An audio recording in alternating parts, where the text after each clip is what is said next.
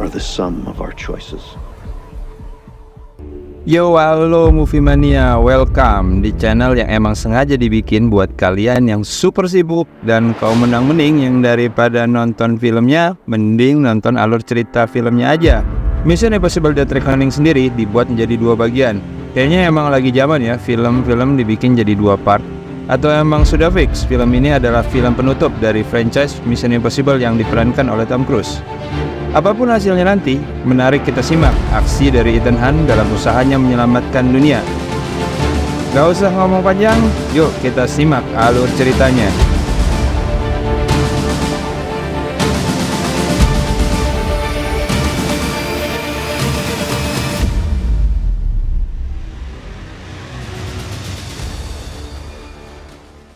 Scene film menceritakan tentang sebuah kapal selam canggih milik Rusia bernama Sevastopol. Kapal tersebut memiliki superkomputer yang dapat membuat kapal tersebut tidak dapat dilacak oleh radar manapun di dunia. Superkomputer ini hanya dapat diakses oleh orang yang memegang kunci, di mana kunci tersebut terdiri dari 2 bagian yang saling melengkapi. Sevastopol sejatinya hendak kembali ke Rusia. Namun, dalam perjalanan pulang, radar Sevastopol mendeteksi kapal selam milik Amerika. Captain, we have a submerged contact designated Semyon 83 exhibiting. Kapal selam Amerika tiba-tiba terdeteksi melepaskan torpedo ke Sevastopol. Sevastopol pun memberikan balasan dengan meluncurkan torpedo mereka. Namun hal aneh terjadi. Torpedo dan kapal selam Amerika mendadak menghilang. Justru torpedo milik Sevastopol berbalik arah hendak menghantam Sevastopol. Sevastopol pun akhirnya tenggelam setelah terhantam oleh torpedo milik mereka sendiri dan menewaskan seluruh awak kapal.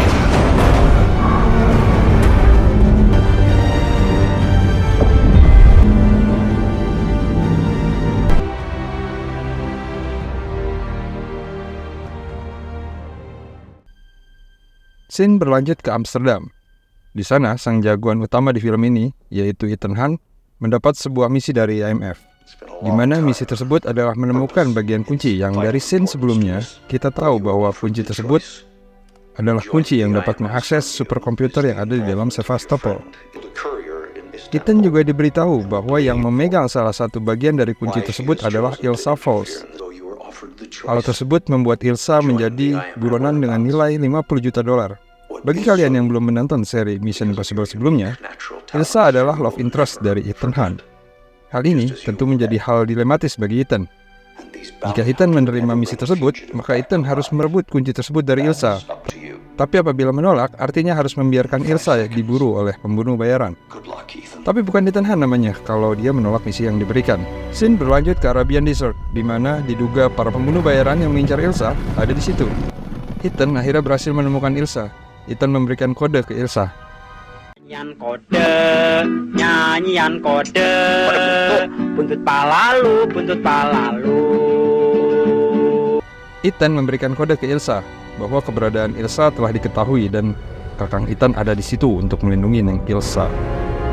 Tapi sayangnya, keberadaan Ethan diketahui oleh para pembunuh bayaran dan terjadilah baku tembak di antara Ilsa, Ethan, dan pembunuh bayaran.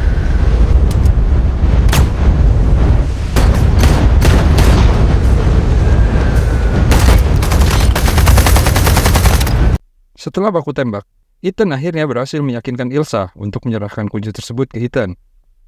Dan Ilsa pun berpura-pura tewas dalam baku tembak barusan. Scene kemudian berlanjut. Pertemuan dilakukan oleh petinggi CIA dan Kementerian Pertahanan Amerika. Pertemuan ini dihadiri oleh Kittredge dan Denlinger, yang merupakan direktur CIA. Pertemuan ini membahas tentang keberadaan entitas, sebuah AI canggih yang dapat berpikir sendiri. Baru kita ketahui di sini nih bahwa entitas adalah AI yang awalnya disusupkan oleh CIA ke Sevastopol untuk melacak cara kerja Sevastopol. Tapi ternyata entitas dapat berpikir sendiri dan malah menenggelamkan Sevastopol. Oleh karenanya, CIA menganggap keberadaan entitas dapat mengancam dunia apabila jatuh ke tangan yang salah. Keberadaan entitas sebagai AI yang dapat berpikir sendiri mengingatkan kita pada film Avengers Age of Ultron, di mana Ultron adalah AI yang canggih ciptaan Tony Stark, yang dapat berpikir sendiri dan justru akhirnya mengancam keberadaan umat manusia. Di sini ini juga menceritakan tentang IMF. yang ternyata tidak diketahui oleh Dan Linger sebagai direktur CIA. Kittredge menjelaskan bahwa Ethan Hunt sebagai agen IMF diutus untuk mendapatkan kunci Sevastopol, cuma keberadaannya tidak diketahui saat ini. Di sela Kittredge menjelaskan keberadaan IMF dengan Ethan Hunt-nya, masuklah seorang asisten Kittredge yang datang terlambat. Asisten tersebut secara tiba-tiba memberikan masker kepada Kittredge dan melemparkan bom gas ke semua orang. Alhasil, semua orang terkapar kecuali Kittredge dan asistennya. Di sini nih kita dapat melihat adegan ikonik khas Mission Impossible guys, di mana akhirnya asisten tersebut melepaskan topeng penyamarannya. Dan well, pasti kalian bisa menebak siapa orang di balik topeng tersebut. Ya, dia adalah Ethan Hunt. Di sini kita ketahui bahwa sebenarnya Kittredge lah yang telah memberikan misi kepada Ethan untuk menemukan Ilsa. Ethan memberitahukan bahwa ia berhasil memperoleh kunci tersebut, namun menolak untuk memberikan kunci tersebut kepada Kittredge. Karena menurutnya, entitas terlalu berbahaya untuk dikuasai oleh satu orang atau pemerintahan. Ethan memutuskan untuk mencari bagian lain dari kunci Sevastopol dan menghancurkan entitas.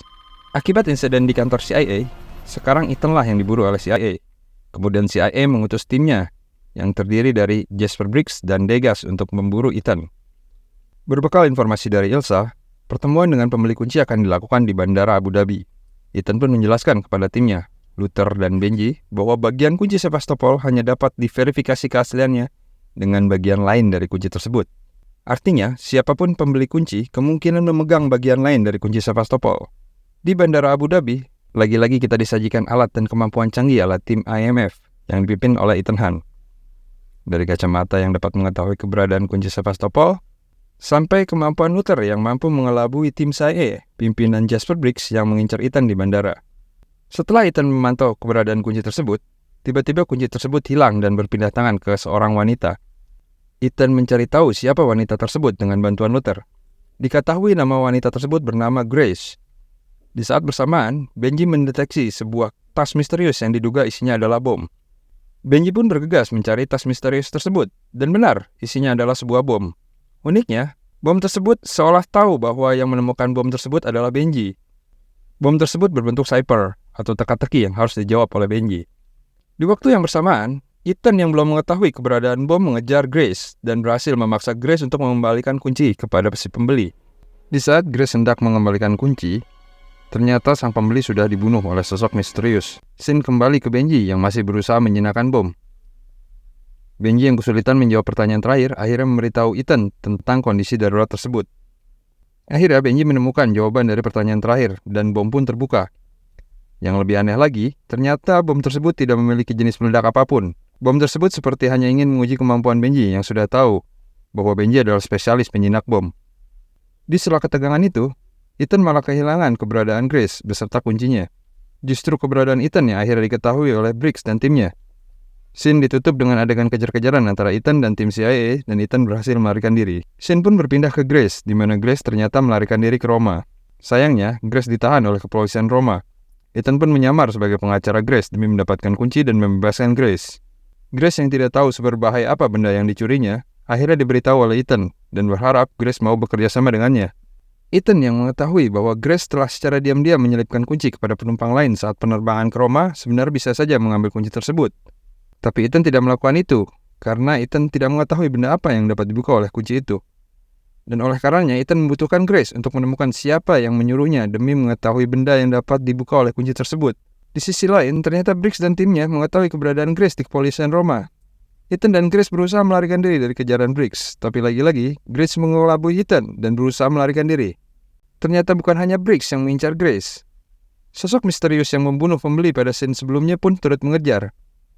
Sosok villain misterius itu pun akhirnya kita ketahui bernama Paris. Aksi kejar-kejaran pun terjadi di mana Grace yang kabur dari kejaran para pembunuh dan CIA.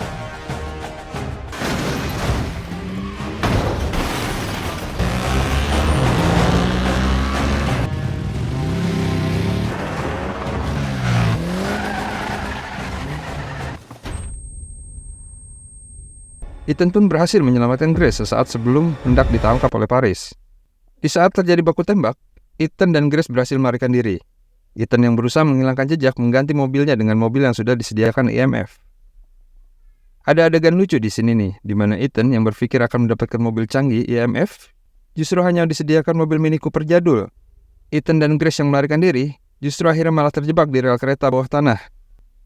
Dan lagi-lagi Grace berulah dengan meninggalkan Ethan yang terikat pada setir mobil sementara kereta mendekat. Ajaibnya, Ethan berhasil lolos last minute sebelum kereta menabrak. Ethan dijemput oleh timnya, Luther dan Benji. Ilsa pun kembali terlihat bergabung bersama tim Ethan. Berbekal dengan info yang didapat dari Grace bahwa Grace akan menyerahkan kunci kepada orang yang menyuruhnya di Kastil de Kule, Ethan bersama timnya menyusun rencana. Diketahui bahwa orang yang menyelenggarakan Midnight Gala di kastil tersebut adalah Alana Mitsopolis, a.k.a. White Widow. The White Widow. Alana pernah muncul di seri Mission Impossible Fallout sebagai arms dealer atau orang yang mempertemukan antara penjual dan pembeli senjata-senjata berbahaya di dunia. Selain itu, di sini Luther menemukan sosok misterius di bandara yang selama ini tidak terdeteksi oleh siapapun. Ethan menyadari sosok misterius tersebut adalah Gabriel, seseorang dari masa lalu Ethan saat belum bergabung dengan IMF. Scene memperlihatkan flashback Ethan dan Gabriel. Terlihat Gabriel menembak seorang wanita bernama Mary dan Ethan gagal mencegahnya. Mary diduga adalah first love dari Ethan Hunt. Ethan mengungkapkan bahwa Gabriel adalah seseorang yang membuat dirinya menjadi seperti sekarang. Boleh dibilang, Gabriel ini adalah arch enemy Ethan Hunt dari masa lalunya. Di sini juga terungkap bahwa Gabriel adalah utusan dari entitas, dan kunci Sevastopol adalah kunci yang dapat membuka source code dari entitas. Di Kastil de Kule, kedatangan Ethan sudah ditunggu oleh Gabriel. Gabriel yang sebelumnya sudah berhasil menemui Grace dan berusaha mempengaruhi pikiran Grace tentang masa lalu Ethan dan Mary. Hadir pula Paris yang ternyata merupakan kaki tangan Gabriel. Tak lama berselang, Alana pun turut hadir. Terungkap bahwa Alana lah yang selama ini menyewa Grace untuk mendapatkan kunci di bandara. Semua orang di ruangan itu mengetahui bahwa kunci yang diperbutkan adalah akses untuk menguasai entitas. Tapi hanya Gabriel lah yang tahu benda apa yang dibuka oleh kunci tersebut. Gabriel mengungkapkan bahwa pertemuan malam ini memang sudah direncanakan oleh entitas. Dan dia akan mendapatkan kedua bagian kunci tersebut besok dari Alana di Orient Express. Gabriel pun pergi meninggalkan Ethan, sementara Ethan berusaha meyakinkan Alana untuk tidak menyerahkan kunci tersebut ke Gabriel. Usaha Ethan gagal dan Grace pun memutuskan melarikan diri dengan membawa kunci yang dia miliki. Ethan dan Ilsa pun berpencar untuk mencari Grace. Namun sayangnya komunikasi Ethan dihack oleh entitas. Ethan pun dijebak ke sebuah gang kecil di mana di situ sudah menunggu Paris, sementara Grace dihadang oleh Gabriel. Saat Grace berhasil dilumpuhkan Gabriel, Ilsa pun datang. Namun naas, justru Ilsa lah yang ditikam oleh Gabriel di bagian dada. Ethan yang berhasil mengalahkan Paris tiba terlambat, melihat Ilsa yang sudah terkapar dengan pisau menancap di dadanya. Scene berlanjut dengan seluruh anggota tim Ethan di tempat persembunyian mereka. Grace merasa bersalah karena dirinya lah Ilsa tewas. Tapi Luther meyakinkan bahwa bukan Grace yang membuat Ilsa tewas, tapi berkat Ilsa, Grace tetap selamat. Dan mereka semua pernah menghadapi pilihan tersebut. Berkat ucapan Luther, Grace pun sepakat membantu Ethan dan timnya. Ethan meminta Grace untuk menyamar sebagai Alana, sementara Ethan menyamar sebagai ajudan Alana. Naas ya, mesin pembuat topeng penyamaran rusak sebelum topeng penyamaran Ethan jadi. Alhasil Ethan harus memikirkan cara untuk masuk ke kereta Orient Express, di mana di situ ada Alana, Gabriel, dan pihak pembeli kunci. Ethan berpesan kepada Grace apabila sudah berhasil menemukan pembeli kunci, Grace diminta untuk segera bersembunyi dan pergi menemui Kittredge sebagai atasan Ethan. Karena Ethan menilai Grace memiliki keahlian yang dapat digunakan Kittredge dan menjadikan Grace sebagai anggota IMF. Sebelum melaksanakan misi, Luther menyampaikan kepada Ethan dia harus melacak keberadaan entitas di tempat yang tidak diketahui oleh entitas. Luther pun berpesan agar Ethan dapat menahan emosinya dan tidak membunuh Gabriel karena hanya Gabriel lah yang tahu cara membuka kunci dan lokasi entitas. Di dalam kereta, Gabriel berniat untuk membuat laju kereta agar tidak dapat dihentikan.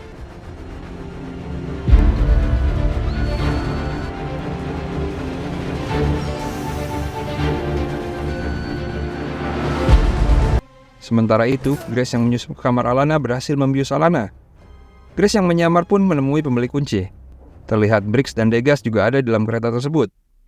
Dan sungguh mengagetkan bahwa orang yang akan ditemui Alana selama ini adalah Kittredge.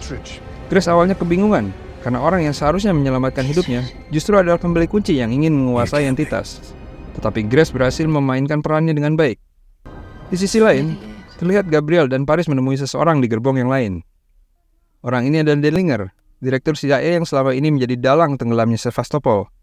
Denlinger mengungkapkan bahwa hanya dirinya lah yang mengetahui lokasi Sevastopol. Mendengar hal ini, justru Gabriel menyerang Denlinger dan berhasil menewaskan Denlinger. Mengetahui bahwa Paris juga mendengar ucapan Denlinger, Gabriel juga menyerang Paris. Beruntung Paris secara sigap berhasil membalas Gabriel. Scene kembali ke Ethan yang berada di luar kereta. Ethan yang menaiki sepeda motor bermaksud untuk masuk ke dalam kereta. Ethan yang dipandu Benji justru menghadapi jalan buntu dan memaksa Ethan harus terjun dari perbukitan agar dapat masuk ke dalam kereta.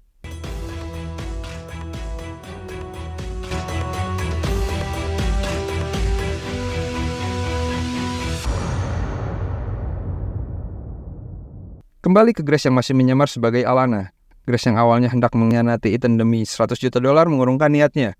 Grace menggagalkan transaksi dengan mencuri kunci dari Kittredge. Saat hendak melarikan diri dari situasi tersebut, Alana asli pun sudah siuman dan membuat Grace terpojok. Beruntungnya, Ethan tiba-tiba menerobos masuk kereta dengan parasutnya. Kalau dipikir-pikir, kok bisa ya pas banget Ethan masuk? Bayangkan berapa kemungkinan orang pakai parasut masuk ke dalam kereta yang sedang melaju kencang dan nendang pas banget ke villainnya. Mind-blowing memang Mas Ethan ini. Oke, kembali ke filmnya. Gabriel tiba-tiba muncul entah dari mana. Kunci yang terjatuh diambil oleh Gabriel dan langsung pergi ke atas kereta. Ethan yang menyusul Gabriel akhirnya terlibat combat one by one dengan Gabriel. Ethan pun berhasil mengalahkan Gabriel dalam combat one by one tersebut. Saat Ethan punya kesempatan untuk menikam Gabriel demi membalaskan dendam karena Gabriel telah menewaskan Mary dan Ilsa, beruntung Briggs dan Degas muncul dan mencegah Ethan. Namun di saat mereka lengah, Gabriel berhasil meloncat dari atas kereta ke dalam sebuah truk. Gabriel pun meledakkan jembatan yang akan dilalui oleh kereta tersebut. Ethan meminta Briggs dan Degas agar mengevakuasi penumpang kereta. Briggs yang percaya dengan ucapan Ethan pun bergegas mengevakuasi penumpang. Briggs bertemu dengan Kittredge dan terheran-heran. Dari sini terlihat bahwa Kittredge hendak bertindak sendiri dan bukan atas nama CIA karena anak buahnya tidak mengetahui keberadaan Kittredge di kereta. Gabriel yang berhasil lolos merasa puas karena berhasil menjalankan rencananya. Tapi saat hendak mengambil kunci, Gabriel pun kaget bahwa kunci tersebut berhasil ditukar oleh Ethan saat combat one by one dengan sebuah korek api. Saat Briggs dan Degas mengevakuasi penumpang kereta, Ethan dan Grace berusaha menghentikan laju kereta dengan melepaskan bagian gerbong dengan lokomotif kereta. Walaupun berhasil, sayangnya usaha tersebut sedikit terlambat karena gerbong tetap melaju menuju jembatan yang telah diledakan oleh Gabriel. Ethan dan Grace pun berpindah dari satu gerbong ke gerbong lainnya.